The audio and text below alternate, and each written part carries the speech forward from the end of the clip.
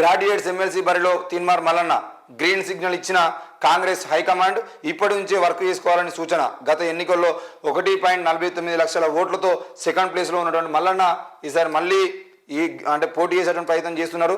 మొత్తానికి అయితే తీన్మార్ మల్లన్న కాంగ్రెస్ పార్టీకి సంబంధించిన విషయంలో ఎలక్షన్లకు ముందు కాంగ్రెస్ పార్టీలో చేరడము, కాంగ్రెస్ పార్టీలో చేరిన తర్వాత ఆయన మొత్తానికైతే ప్రచార బాధ్యతలు తీసుకొని ప్రచారం చేసేటువంటి ప్రయత్నం చేయడము, ఇటు మన పాలకుర్తికి సంబంధించిన విషయంలో కూడా పాలకుర్తిలో బహిరంగ సభలో తీన్మార్ మల్లన్న మాట్లాడినటువంటి వ్యాఖ్యలు ఏవైతే ఉన్నాయో ఆ మీటింగ్లో మాట్లాడిన ప్రతి మాట కూడా వైరల్గా మారింది. అక్కడ పాలకుర్తిలో యశస్విని రెడ్డి గెలవడానికి ఆయన కూడా కొద్దిగా కారణం అని చెప్పుకోవచ్చు. ఎందుకంటే రేవంత్ రెడ్డి అక్కడ మీటింగ్ పెట్టినా తీన్మార్ మల్లన్న కూడా చాలా విషయాలపై బీఆర్ఎస్ పార్టీ చేసినటువంటి మోసాలకు సంబంధించిన విషయంలో ఎన్నోటినో ఆయన అక్కడ ప్రజలకు అర్థమయ్యే విధంగా చెప్పేటువంటి ప్రయత్నం చేసిండు. మరి అక్కడే కాదు, దాదాపు తెలంగాణ రాష్ట్ర వ్యాప్తంగా బీఆర్ఎస్ పార్టీకి సంబంధించిన విషయంలో బీఆర్ఎస్ పార్టీని ఏ ప్రతిపక్షం లేని సమయంలో తెలంగాణలో కాంగ్రెస్ కానీ బీజేపీ కానీ మిగతా ఏ పార్టీలు కూడా ప్రతిపక్ష పదవిని ప్రతిపక్ష హోదాను చేసేటువంటి ప్రయత్నం చేయకపోయినా కూడా ఆయన ఒక్కడై తీన్మార్ మల్లన్న ఒక్కడై కూడా అక్కడ పోరాటం చేసినటువంటి పరిస్థితి కనబడింది. ఆ బీఆర్ఎస్ పార్టీకి వ్యతిరేకంగా మాట్లాడి నిలబడి కేసులు పెట్టుకొని కోర్టు జైలుకు పోయి బయటకు వచ్చి పూర్తిగా బీఆర్ఎస్ పార్టీ చేస్తున్న ప్రతి ప్రజా వ్యతిరేక విధానాన్ని ప్రతి ఆలోచనని బయట తీసుకొచ్చి వాళ్ళ మంత్రులు ఎమ్మెల్యేలు ఎమ్మెల్సీలు ఎంపీలు అందరూ చేస్తున్న అరాచకాల మీద కూడా ఎప్పటికప్పుడు మీడియాలో మాట్లాడుతూ ఆయన చేసిన ప్రయత్నం చాలా గొప్పది.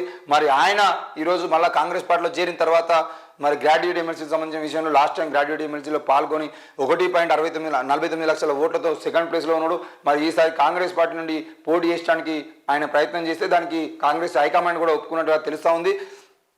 తీన్మార్ మల్లన్నగా గుర్తింపు పొందిన చింతపండు నవీన్ కుమార్ మరోసారి గ్రాడ్యుయేట్స్ ఎమ్మెల్సీ ఎన్నికల్లో పోటీ చేయడానికి సన్నద్ధమవుతున్నారు. కాంగ్రెస్ పార్టీ తరఫున అధికారిక అభ్యర్థిగా ఖరారుగా ఉన్నట్లు ఆయన సన్నిహితులు పేర్కొన్నారు. ఇప్పటికే కాంగ్రెస్ హైకమాండ్ నుంచి గ్రీన్ సిగ్నల్ లభించిందని ఇప్పటి నుంచి వర్క్ చేసుకోవాలని సూచించినట్లు వారు పేర్కొన్నారు. 3 ఏళ్ల క్రితం 2021 మార్చిలో జరిగిన నల్గొండ, వరంగల్, ఖమ్మం జిల్లాల గ్రాడ్యుయేట్స్ ఎమ్మెల్సీ ఎన్నికల్లో స్వతంత్ర అభ్యర్థిగా పోటీ చేసిన తీన్మార్ మల్లన్న 1.49 లక్షల ఓట్లతో 2వ స్థానంలో నిలిచారు. ఈ ఎన్నికల్లో బీఆర్ఎస్ తరఫున పోటీ చేసి గెలిచిన పల్లా రాజేశ్వరరెడ్డి కేవలం 12,800 ఓట్లతో ఆధిక్యంలో తీన్మార్ మల్లన్నపై గెలిచారు. గత ఎన్నికల్లో స్వతంత్ర అభ్యర్థిగా పోటీ చేసిన ఈసారి మాత్రం కాంగ్రెస్ పార్టీ టికెట్తో పోటీ చేశారని ఆయన సన్నిహితులు పేర్కొన్నారు. తొలుత ఇదే నియోజకవర్గం నుంచి గ్రాడ్యుయేట్స్ ఎమ్మెల్సీగా కాంగ్రెస్ తరఫున పోటీ చేయగా కేవలం 13,000 ఓట్లకే పరిమితమయ్యారు. 6 ఏళ్ల వ్యవధిలో ఆయన పట్టభద్రులో తన పాపులారిటీని బలాన్ని పెంచుకుని 1.49 లక్షల ఓట్లు పొందగలిగారు. హుజూర్నగర్ అసెంబ్లీ ఎన్నికల నుంచి గెలిచిన ఉత్తమ్ కుమార్ రెడ్డి నల్గొండ లోక్సభ స్థానంలో గెలుపొంది ఎమ్మెల్యే పదవికి రాజీనామా చేశారు. ఆ కారణంగా హుజూర్నగర్ స్థానానికి జరిగిన ఉప ఎన్నికల్లో స్వతంత్ర అభ్యర్థిగా పోటీ చేసిన గెలుపొందలేకపోయారు.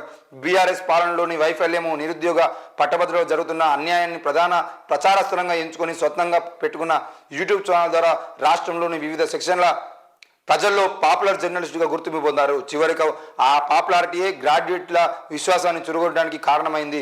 పట్టభద్రుల ఎమ్మెల్సీ ఎన్నికల్లో కేవలం 13,000 ఓట్లకు మాత్రమే పరిమితమైన తీన్మార్ మల్లన్న 2021లో జరిగిన ఎన్నికల్లో నాటికి 1.49 అంటే దాదాపు 1,50,000 ఓట్లకు పొందగలిగారు. తాజాగా జరిగిన ఎన్నికల్లో కాంగ్రెస్ అధికారంలోకి రావడంతో పాటు ఈ 3 జిల్లాల్లోని అసెంబ్లీ సెగ్మెంట్ల మెజారిటీ స్థానాలను కైవసం చేసుకున్నది. ఖమ్మం, నల్గొండ, వరంగల్, నల్గొండ, ఖమ్మం ఈ 3 జిల్లాల్లో ముఖ్యంగా ఖమ్మం, నల్గొండ, వరంగల్ 3 జిల్లాల్లో కూడా కాంగ్రెస్ పార్టీ ఎక్కువ సీట్లను గెలవడం జరిగింది. మరి ఎక్కువ సీట్లను గెలిచిన కాంగ్రెస్ పార్టీ తరపున ఇప్పుడు ఒకవేళ తీన్మార్ మల్లన్న కనుక పోటీ చేస్తే తప్పకుండా అక్కడ కాంగ్రెస్ పార్టీకి ఉన్నటువంటి ఓటర్లు అలాగే అక్కడ ఉన్న గ్రాడ్యుయేట్స్ ఇప్పటికే దాదాపు 1,00,000 ఓట్లను పొందినటువంటి తీన్మార్ మల్లన్న మరి నిలబడితే ఆయన గెలిచేటువంటి అవకాశాలు అయితే కనబడతా ఉన్నాయి. మరి తీన్మార్ మల్లన్న ఒకవేళ కనుక ఆ ఎమ్మెల్సీగా గెలిచేది ఉంటే ఆయన కూడా ఏదో ఒక మంత్రి పదవి తీసుకునే అవకాశాలు ఉంటాయా, మరి ఏముండబోతుంది? కేవలం ఎమ్మెల్సీగా మాత్రమే ఉండి ఆయన నిలబడాలని ప్రయత్నం చేస్తారా, ఇలా ఉండబోతుంది ఏంది అనేది కూడా ఆయన ఎమ్మెల్సీగా గెలిచిన తర్వాత ఆ కాంగ్రెస్ పార్టీకి సంబంధించిన విషయంలో మంత్రి పదవి ఇస్తుందా, లేదంటే మండలిలో ఏదైనా పదవి ఇస్తుందా, లేదంటే కాంగ్రెస్ పార్టీకి సంబంధించినటువంటి విప్గానా ఏదైనా పదవి ఇస్తారా ఏంది అని కూడా వేచి చూడాల్సిందే.